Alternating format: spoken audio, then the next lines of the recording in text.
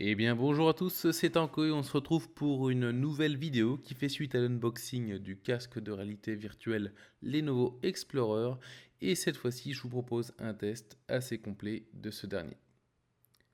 Alors dans cette vidéo je vous propose de tester le tracking des manettes, je vous ferai un retour d'expérience sur les écrans LCD et ça faisait partie des questions et commentaires sur la précédente vidéo. Je vous ferai part également de mes sensations sur la réactivité du casque en conditions de jeu. Et on verra également l'installation et la configuration du casque. Alors on fera un petit tour d'horizon également des jeux et applications disponibles dans la bibliothèque sur le Windows Store. Et puis pour terminer, eh bien, on fera un petit bilan de ce que j'ai aimé et moins aimé sur le casque afin que vous puissiez vous faire votre propre avis. Allez, c'est parti! Alors, étant donné que je vais tester des jeux et applications qui nécessitent de se déplacer, je vais faire un peu de place dans la pièce dans laquelle je vais configurer les murs virtuels qui vont délimiter l'espace dans lequel je peux me déplacer sans me téléporter. Il est recommandé de disposer d'au moins 2 mètres sur 1,5 m. Pour ma part, j'ai un rectangle de 2,2 mètres de large pour me déplacer donc d'avant en arrière et de 3,5 mètres latéralement, donc de gauche à droite. Alors, côté logiciel, vous devez disposer de Windows 10 et avoir installé la mise à jour Windows Phone Creator qui est sortie le 17 octobre dernier. C'est la quatrième mise à jour majeure de Windows 10 et elle pèse environ 1,2 gigaoctets. Alors, une fois téléchargé, vous aurez accès au portail de réalité mixte, également appelé Windows Mixed Reality. Si vous n'êtes pas sûr de la configuration de votre PC, vous pouvez lancer l'utilitaire Windows Mixed Reality Checker pour vous assurer que votre configuration est bien compatible. Alors, pour ce qui me concerne, l'utilitaire ne reconnaît pas les ports USB 3 de la carte mère. Bien évidemment, ça ne pose aucun problème puisqu'il s'agit d'un diagnostic. Côté matériel, le branchement du casque s'effectue à l'aide d'un port USB 3 et un port HDMI 2.0 à relier sur votre carte graphique. La longueur du câble du casque est de l'ordre de 4 mètres, ce qui je trouve est un peu court, notamment si vous mesurez 1,80 m, ça veut dire qu'il reste à peu près 2 mètres pour connecter le câble au PC. J'ai donc rajouté une rallonge USB 3 et un câble HDMI 2.0. Alors attention, si vous voulez également ajouter une rallonge, utilisez bien une rallonge USB 3 et non pas USB 2, sinon ça ne fonctionnera pas. Une fois que le casque est branché, eh bien, le portail de réalité mixte Windows se lance. Voilà, une fois le casque branché, il est reconnu par Windows et automatiquement l'interface Windows Mixed Reality se lance. On voit ici le chargement en cours et on va découvrir par la suite l'interface. Voilà, et là on voit en fond d'écran la maison virtuelle dans laquelle on va être accueilli une fois qu'on aura mis le casque. Voilà, le casque est prêt. Alors, sur la partie gauche, on voit que l'interface est très épurée. On voit que le casque ici est notifié prêt. On va pouvoir ici lancer l'utilitaire de configuration de l'espace virtuel. Et puis en dessous, on retrouve ici, dans En savoir plus, une option pour configurer les contrôleurs.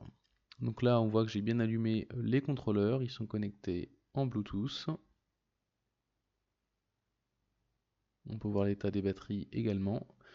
Et puis dans Paramètres, eh bien, on accède ici à quelques options, notamment sur l'activation de la reconnaissance vocale que je n'ai pas utilisée jusqu'à présent. On va lancer l'utilitaire de configuration et vous voyez qu'ici deux modes nous sont proposés. Le premier qui consiste à définir un espace dans lequel on va pouvoir se déplacer. Lorsqu'on s'approchera des murs virtuels, eh bien, on pourra en voir l'apparition sur l'écran, notamment dans le jeu ou dans les différentes applications. Donc ça évite évidemment de se prendre un vrai mur dans la tête. Voilà, et puis à droite, on a la configuration statique qui ne nécessite pas de paramétrage particulier dans les jeux qui ne nécessitent pas de déplacement. Voilà, on va lancer l'utilitaire de configuration de l'espace. Alors, cette étape-là, je l'ai réalisée juste avant. J'ai fait un petit peu de rangement dans la pièce. Voilà, on est presque prêt à configurer l'espace de jeu. Donc, on va simplement positionner le casque face à l'ordinateur. Voilà, on va cliquer sur suivant. Et maintenant, on va se déplacer avec le casque dans les mains pour délimiter l'espace de jeu, tout simplement.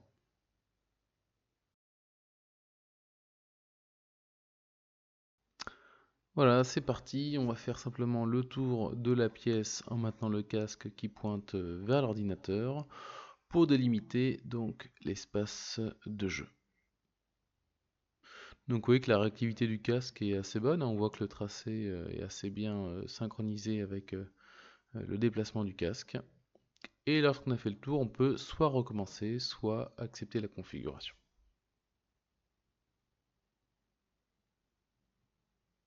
Voilà, si on clique sur l'icône Play, eh bien, on voit ici l'aperçu euh, de l'accueil de la Windows Mixed Reality. Donc on se trouve ici dans une maison en bord de mer avec pas très loin des montagnes.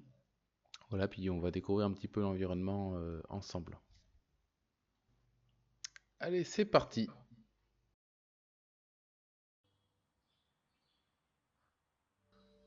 Voilà, donc là, on est dans cette maison en bord de mer, à proximité de la montagne. Voilà, on voit que ici l'impression de réalisme est saisissante. Alors on peut s'approcher là en bordure de la maison. On voit qu'il y a quelques rochers au sol. Les textures sont vraiment bien faites, hein. On a l'impression de pouvoir caresser les rochers du bout des manettes, si j'ose dire. Il fait plutôt beau temps. Et donc on peut se déplacer soit en marchant, soit par téléportation. Et puis on voit ici un petit sac, hein, qui correspond à quelques applications du Windows Store qui sont soit gratuites, soit payantes. Et vous voyez que sur le mur, ici j'ai disposé le Microsoft Store. Alors avec le pavé tactile des manettes, on peut défiler le contenu de la page verticalement et puis également faire précédent et suivant avec le pavé tactile toujours de gauche à droite. Voilà, donc on voit que le Windows Store est assez peu fourni finalement, hein. Je reviendrai sur ce point à la fin de la vidéo. Et puis on peut déplacer les objets, les fenêtres, les applications, des objets qu'on aurait conçus en 3 dimensions de manière assez facile, avec une manette pour le déplacer, deux manettes pour réaliser des rotations, pour faire pivoter les objets, pour les redimensionner. Paradoxalement, c'est assez intuitif et plutôt facile à prendre en main. Et là, vous voyez, j'ai mis ici deux applications de conception d'objets 3D qui sont fournis avec l'outil et qui sont relativement faciles d'emploi et assez sympas à tester, je vous le recommande. Voilà, on peut s'approcher du bord de mer. Là, donc là, on entend les oiseaux, le bruit des vagues, ce qui est plutôt agréable.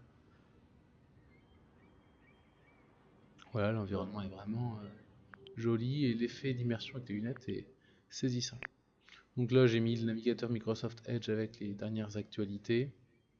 Bon, l'intérêt est moindre, hein. Je ne sais pas si en réalité virtuelle, on souhaite réellement naviguer sur des sites internet. Les expériences d'immersion avec des jeux vidéo ou des expériences spectateurs sont plutôt intéressantes. Voilà, ici j'ai mis une application pour la météo. Et puis avec le bouton Windows, voilà, lorsqu'on appuie dessus, on accède ici à un panneau qui vous permet de déposer des objets qui correspondent à des applications. Oui, j'en ai installé plusieurs, puis un certain nombre par défaut. Et donc là, par exemple, on a l'expérience Hello Mars que je vais déposer ici. Donc l'application est représentée sous forme de la planète Mars. On peut la déposer, puis je vais la lancer. Voilà, puis je vais vous laisser découvrir. C'est plutôt une expérience où on est spectateur. Alors bien sûr, pour que l'expérience immersive soit à son paroxysme, je vous recommande de porter un casque, ce que j'ai pas fait là pour des raisons pratiques.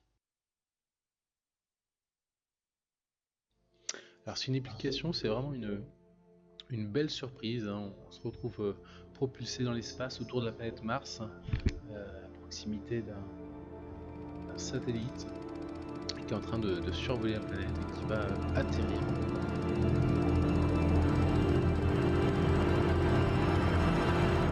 C'est une expérience qui est diffusée gratuitement et qui est vraiment bluffante, hein, il faut le dire.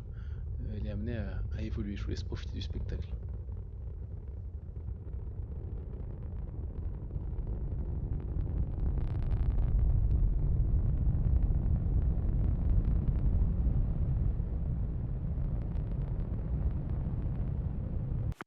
Voilà, allez, j'interromps cette balade cosmique autour de Mars.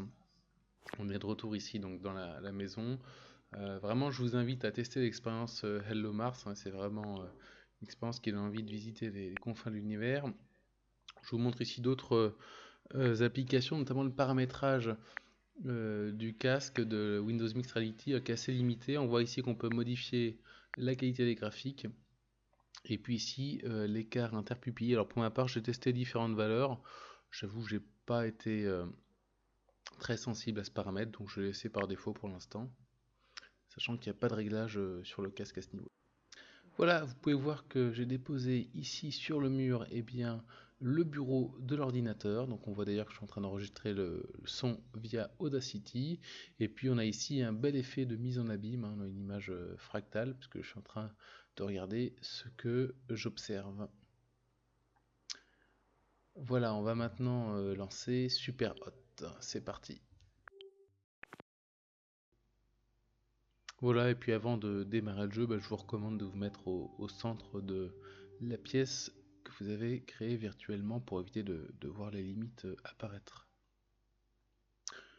Bon, j'ai trouvé qu'en général les chargements de jeu étaient, on va dire, moyennement longs, hein, que ce soit pour Superhot ou Arizona Sunshine. Là voilà, on voit bien les limites de la pièce et c'est parti.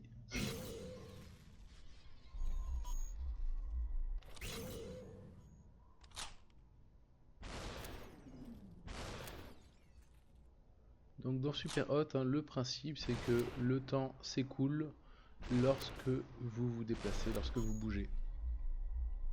Donc si vous ne faites rien, il se passe rien, le temps ne s'écoule pas. Et donc dès qu'on tire ou dès qu'on lance un objet, le temps s'accélère également.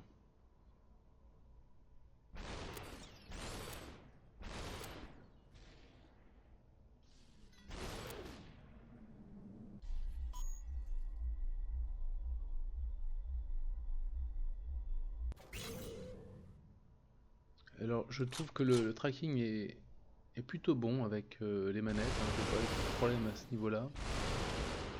C'est très réactif, assez réaliste. Le seul défaut que j'ai pu apercevoir, c'est lorsqu'il s'agit de lancer des objets, notamment des shurikens. J'ai trouvé que c'était un petit peu compliqué. Ou parfois j'ai un objet dans la main et alors je n'ai pas relâché le bouton pour envoyer l'objet, j'ai l'impression que parfois l'objet part tout seul, comme s'il y avait un petit défaut de tracking. Bon, ce sera à tester ultérieurement. Ça m'a pas trop gêné jusqu'à présent. Les expériences de jeu sont vraiment. Allez, c'est reparti. Voilà, je me saisis du couteau, je le lance, je récupère le fusil à pompe, je prends le deuxième, je tire et c'est parti.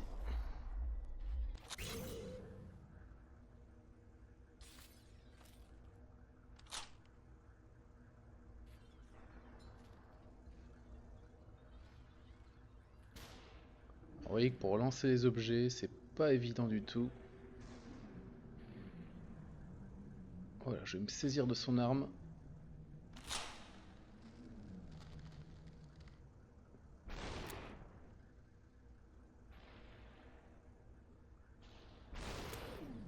Aïe. On recommence.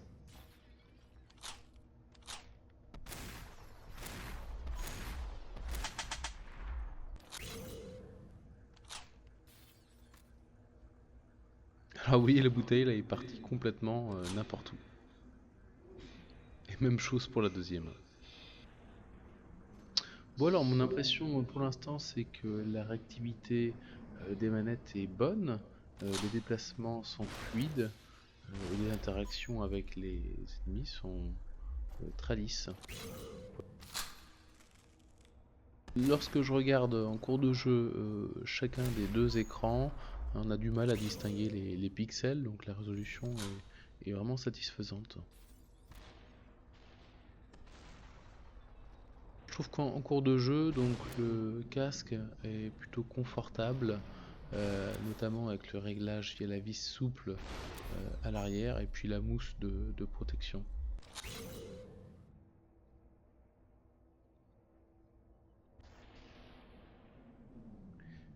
Alors ce que j'ai remarqué, évidemment vous ne pouvez pas le voir à l'écran puisqu'il s'agit d'une capture au niveau de la carte graphique, et bien c'est que les deux écrans au bout d'une heure de jeu voilà, produisent un peu une fatigue oculaire de par leur luminosité.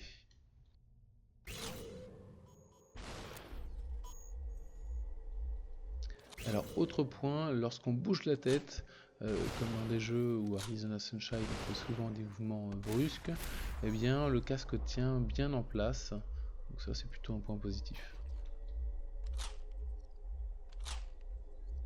En fait je vais essayer d'envoyer une arme pour la récupérer au stage suivant. Malheureusement elle est tombée.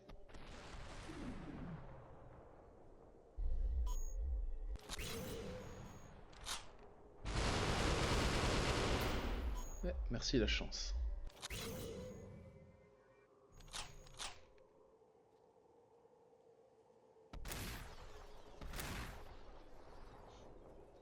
Alors, autre point qui est important pour les joueurs qui portent des lunettes, comme c'est le cas en ce qui me concerne, bon bah même si avec des montures relativement grandes, il n'y a pas de problème avec le casque. Super hot.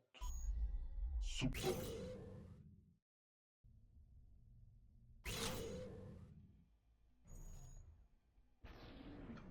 Lancer raté, c'est... Alors si vous remarquez que l'image en bas à gauche qui me filme n'est pas synchronisée avec le jeu, c'est normal, je n'ai pas réussi à les synchroniser toutes les deux. Aïe.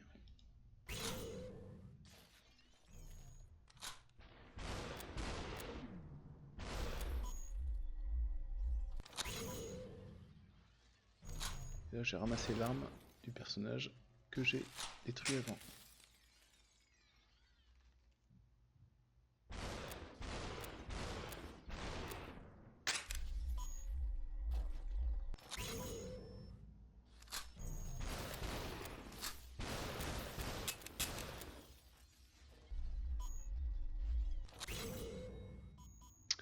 Welcome Committee, c'est le comité d'accueil, donc on voit les balles qui défilent un peu à la Matrix. Ça c'est assez impressionnant, on entend les balles qui sifflent juste à côté de mon oreille droite. Voilà, et quand je ne bouge pas, on voit que le temps s'est arrêté.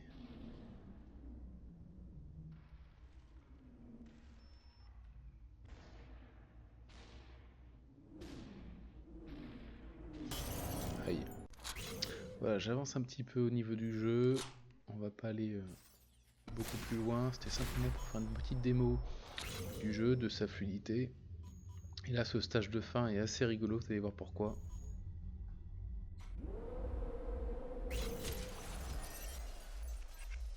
Alors, la sensation de tomber est vraiment là, hein. C'est assez surprenant lorsque ça vous arrive la première fois, vous avez l'impression de vous écraser au niveau du sol. Voilà, dans une prochaine vidéo je pense que je proposerai une petite démo du jeu Arizona Sunshine, pour vous donner également mon sentiment sur la fluidité du jeu avec le système Windows Mixed Reality et le casque Lenovo. On voit ici donc le Microsoft Store. Voilà, donc pour l'instant on voit qu'il n'y a pas beaucoup d'applications qui sont proposées, un tout plus entre 20 et 40. Donc ça devrait changer prochainement puisque SteamVR sera normalement ouvert début décembre. On l'espère puisque là le nombre d'applications qui vont être disponibles vont exploser évidemment, donc ça va être tout l'intérêt des casques Windows Mixed Reality. Alors j'étais à la Paris Games Week la semaine dernière, mercredi 1er novembre, et donc à ma grande surprise, il y avait un stand de Lenovo pour tester le casque Lenovo Explorer, et donc j'ai discuté un petit peu avec les personnes qui faisaient les démos, et donc je leur ai demandé quand est-ce que la bibliothèque SteamVR sera ouverte à la Windows Mixed Reality. Donc là j'étais un petit peu surpris puisqu'ils m'ont annoncé janvier-février 2018 plutôt que début décembre qui avait été annoncé. Et donc à mon avis, dès que le catalogue SteamVR va être accessible, eh bien l'intérêt pour les casques Windows Mixed Reality va évidemment exploser. Voilà, on arrive au terme de ce test, donc c'est l'heure du bilan. Alors pour ma part, je vais comparer cette expérience avec le casque HTC Vive que j'ai pu tester à plusieurs reprises. Donc pour commencer, un point positif, c'est au niveau de l'installation, puisque vous l'avez vu, en l'absence de base satellite, il n'y a pas de trou à faire au mur, la configuration de l'espace virtuel se fait en moins d'1 minute. Donc la promesse de Microsoft de brancher le casque et de jouer est remplie parce qu'effectivement ça fonctionne dans la pratique. Alors, autre point important, c'est le déplacement, hein, puisque en l'absence de base satellite, on peut penser que le déplacement est peut-être moins précis. Bon, ce n'est pas le cas, hein, le casque fait le job. Ces déplacements sont fluides, ils sont précis, et ça c'est important pour les expériences vidéoludiques. Donc les capteurs qui sont inclus dans le casque calculent bien si vous accroupissez ou bien si vous déplacez, etc. Alors un petit bémol quand même, des fois j'ai remarqué que dans Super Hot, lorsque je lance par exemple des objets, il arrive que ces derniers partent alors qu'en fait j'étais censé toujours les avoir en main. Hein, donc là j'ai l'impression que des fois il y a des petites imprécisions à ce niveau. Donc je sais pas si c'est lié au jeu ou au casque ou une combinaison des deux. Mais bon voilà, c'est un petit détail que j'ai pu remarquer, ça m'a pas vraiment gêné en termes d'expérience vidéoludique. En termes de tracking, alors lorsque les mains sont dans le champ de vision, il n'y a pas de souci. Et lorsqu'elles sont hors du champ de vision, eh bien, même chose, elles réapparaissent sans anicroche. Alors il peut y avoir parfois quelques petits sauts, mais ça m'a semblé assez rare et vraiment pas gênant. Donc côté manette, la prise en main des contrôleurs elle est rapide et intuitive. Les boutons, le joystick et le pad directionnel tombent bien sous les doigts, donc ça c'est vraiment cool. La détection des mouvements est parfaite et très précise. Et puis donc c'est assez simple d'interagir avec son environnement virtuel. Alors côté confort, le casque est équipé donc d'une mousse, comme pour un masque de ski, donc le maintien au niveau de la tête est bon, et le réglage par la molette souple et pratique. Voilà, le poids du casque est tout à fait raisonnable, il fait 380 grammes, donc c'est vraiment très léger. Par contre, un point que j'ai trouvé un peu gênant, c'est la luminosité. J'ai trouvé un peu élevé, donc au bout d'une heure de jeu, j'ai l'impression d'avoir deux lampes torches dans les yeux, donc évidemment j'exagère, et je pense que ça génère un petit peu de fatigue visuelle, sachant que évidemment comme dans tous les casques de réalité virtuelle, les lentilles sont à quelques centimètres des yeux, donc pour l'instant j'ai pas trouvé de réglage logiciel pour régler la luminosité. J'imagine que, en tout cas j'espère que ce sera possible de pouvoir la régler à l'avenir. Alors au niveau des écrans, par rapport au HTC Vive, la résolution est vraiment bonne. Là, on est sur du 1440 par 1440 pixels. On a du mal en fait à discerner les pixels, les images sont fluides, elles sont nettes et c'est vraiment agréable. L'affichage se fait en 90 images par seconde. J'ai pas trouvé que les temps de réponse qui sont souvent reprochés au LCD lui font défaut. Donc bon, en même temps à ce niveau-là, j'ai pas beaucoup d'expérience pour en juger. Voilà, en tout cas en tant qu'utilisateur, mon retour est très positif à ce niveau-là. Alors au niveau des commentaires que certains d'entre vous avaient laissés par rapport à la vidéo d'unboxing, une personne avait posé une question sur la lecture de texte. Donc j'ai testé l'affichage de pages web, de PDF. Évidemment ça se fait sans difficulté. La lecture elle est nette, bien qu'à mon avis ce ne soit pas un usage final du casque, pour les raisons que j'évoquais précédemment concernant la fatigue visuelle. Alors concernant le champ de vision, le FOV pour Field of View, celui qui est proposé par Lenovo est de 110 degrés, donc ce qui est équivalent au HTC Vive et à l'Oculus Rift. Moi pour ma part, j'ai pas ressenti la nécessité de regarder en dehors du champ de vision offert par le casque, donc j'avoue que l'expérience d'immersion est en ce qui me concerne réussie. Je sais que d'autres casques qui sont en cours de préparation, comme le Pimax 8K, offrent un champ de degré de 200 degrés. Donc là, il faudra échanger avec les utilisateurs qui ont testé ce casque pour voir ce que ça peut réellement apporter. Pour l'instant, j'ai pas testé les commandes vocales avec le casque, notamment avec Cortana.